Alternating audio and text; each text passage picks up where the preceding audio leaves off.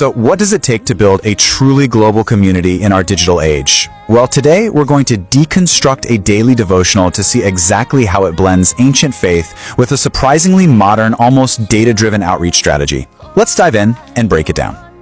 All right, here's our game plan. First, we're going to tackle the core concept. What exactly is the kingdom? Then we'll see how that big idea gets translated into a daily personal prayer. From there, we zoom way out to look at a massive global ministry, and we'll finish up by looking at the final, urgent call to action that ties this whole thing together. So, let's start right at the beginning. Every powerful message needs a solid foundation. And for this devotional, it is all about defining what the kingdom of God really actually means. Pretty much everything that follows is built on this one single verse from the book of Romans. Seriously, think of it as the mission statement for the entire document. And notice how it immediately pivots away from the material world, framing the kingdom as something internal, something spiritual. This is such a classic and effective strategic move. You define something by what it's not. The text just dismisses meat and drink, which is basically a stand-in for all our worldly concerns, to really sharpen the focus on these three key spiritual qualities. It's a super powerful way to create clarity right from the get-go. So here it is, the key takeaway. The kingdom isn't someplace you go to later on. It's a way you're supposed to live right now. It's a whole framework for your daily decisions, kind of like a lens for how you see the world. Okay, so let's see how this builds. It's one thing to define a big concept, right? But how do you make it practical for somebody reading this? This next part is all about turning that big theological idea into a simple to-do list. And here it is, the pivot from theory to practice. The devotionals completely shifts its tone and gives the reader a clear, simple command. The question is no longer, what is the kingdom? Now it's, okay, what are you going to do about it today? This is just a fantastic example of making an abstract idea totally actionable. That one big command gets broken down into this simple, four-step daily framework. It turns a huge concept into a manageable checklist, which, is absolutely key if you want to build a daily habit. And to make it even easier, the devotional literally gives you a script to follow. This pre-written prayer acts as a model, handing the reader the exact words to use. It totally removes any guesswork and hammers home that core message one last time. Now this is interesting. Beyond that daily prayer, the document includes something that's really important for growth. It's an onboarding tool. This prayer of salvation is designed specifically for new converts, and it acts as a formal entry point into the faith.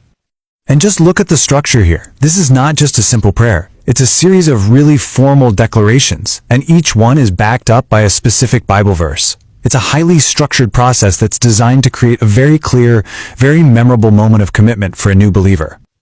Okay, so we've gone from the core concept all the way to individual action, but now the document just zooms out dramatically.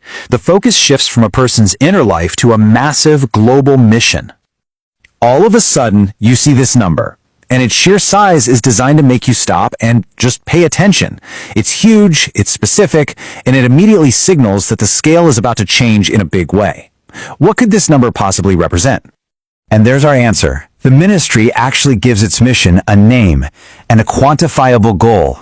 Calling it Operation 500 Million frames the work not just as some spiritual idea, but as a large-scale campaign with a really clear, really ambitious target. So how in the world do you get 500 million people involved? Well, you give them clear options. This is a classic engagement funnel, right? It offers different levels of commitment, from something as simple as prayer to active service, all the way to financial support. It basically provides an entry point for absolutely everyone. And to make all this happen, the organization is using a full suite of modern tools. This is not just some local ministry, it's a full-on digital-first operation. They are meeting people exactly where they are, on the world's biggest social media and messaging platforms. Honestly, this table is a masterclass in global coordination.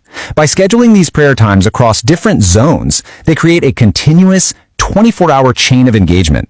It ensures that the ministry's activities are always on somewhere in the world, which fosters this incredible sense of a constantly connected global community.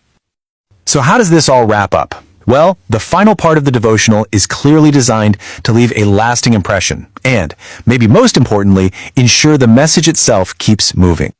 The teaching part of the devotional ends on this really powerful, forward-looking note.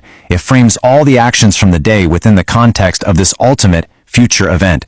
This adds a huge sense of urgency and purpose to everything the reader has just learned. And here it is, the very last instruction. It's so simple, so direct, and it reveals the primary distribution strategy. This whole thing is designed not just to be read, but to be shared. It relies on peer-to-peer, viral marketing to grow and expand its reach. So, at the end of all this, we're left with a pretty powerful question. When you take a 2,000-year-old message and package it into a digital format, complete with quantifiable goals, social media integration, and viral sharing prompts, what does that tell us about the nature of faith, of community, and connection in our modern world? That's definitely something to think about.